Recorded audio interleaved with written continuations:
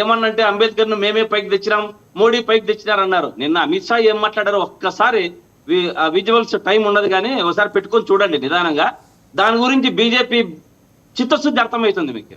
ఎస్సీల పట్ల మీకున్న చిత్తశుద్ధి ఒక్కసారి అమిత్ షా గారు మాట్లాడిన మాటలు వినండి అని నేను తెలియజేస్తున్నా. సార్ అదేవిధంగా రంగా గారు మాట్లాడారు, పోతిన మహేష్ గారు. వాస్తవం. ఎందుకంటే రంగా గారు ఎందుకు మాట్లాడారు, రంగా గురించి పోతిన మహేష్ రాధా గురించి మాట్లాడిన మాటలు వాస్తవాలు మాట్లాడాడు. ఎందుకంటే అతను వాళ్ళ నాన్నను పొట్టన పెట్టుకున్న కూటమి వైపు ప్రయాణిస్తున్నాడు, వాళ్ళ నాన్నను పొట్టన పెట్టుకున్న టీడీపీ పార్టీ వైపు ప్రయాణిస్తున్నాడు.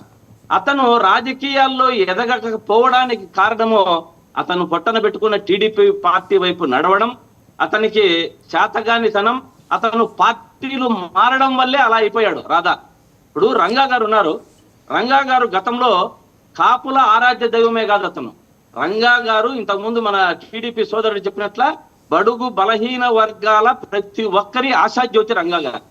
అతను మన రాష్ట్రంలోనే ఎక్కడ ఎవరికీ లేనన్ని విగ్రహాలు రాష్ట్రంలో ఉన్నాయి రంగా గారు.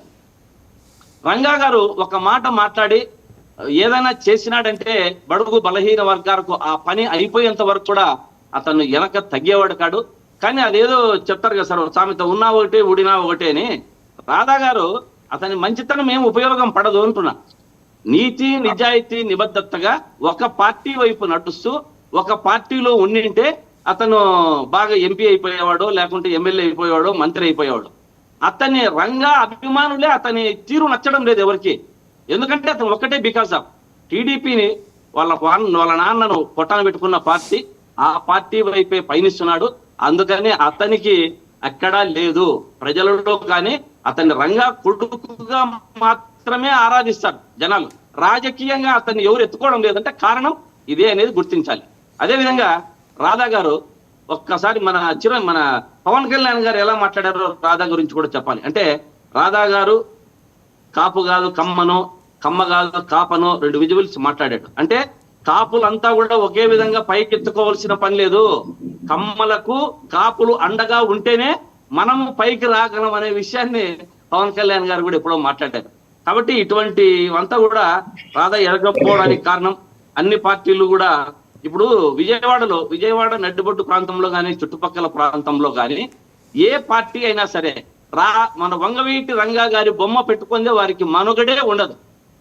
ఎందుకంటే అలా అతన్ని 36 సంవత్సరముల తర్వాత చనిపోయినా కూడా నిజంగా చిరస్థాయిగా జనాల మదిలో నిలబడ్డాడు రంగా గారు. అంటే దానికి కారణం వారు చేసిన కృషిని కానీ కొడుకు బూడిదలో పోసిన పన్నీరు మాదిరి తయారు చేసుకొని అతని యొక్క రాజకీయ జీవితాన్ని అతనే కూడా పాపం కాల రాసుకున్నాడు అనేది రంగా గారి అభిమానుల.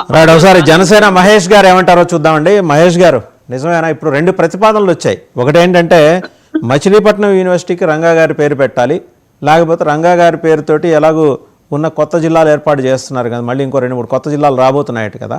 సో ఆ ప్రాంతానికి రంగా గారి పేరుతో ఒక జిల్లా ఏర్పాటు చేయాలి. జనసేన స్టాండ్ ఎలా ఉండబోతుంది ఈ విషయంలో? నాన్ కమిటలా లేకపోతే ఏదైనా అగ్రెసివ్గా ఒక మూవ్ ఉండే అవకాశం ఉందా? సార్ ముందుగా నాకు అవకాశం ఇచ్చిన వెంకటేశ్వరానికి అలాగే మీకు ప్యానెల్లో ఇతర పార్టీ నాయకులందరూ కూడా శుభోదయం తెలియజేసుకుంటూ, నిన్న ఎవరైతే ఈ పోతిని మహేష్ ఎవరైతే మాట్లాడారో అసలు ఈ పోతిని మహేష్ కి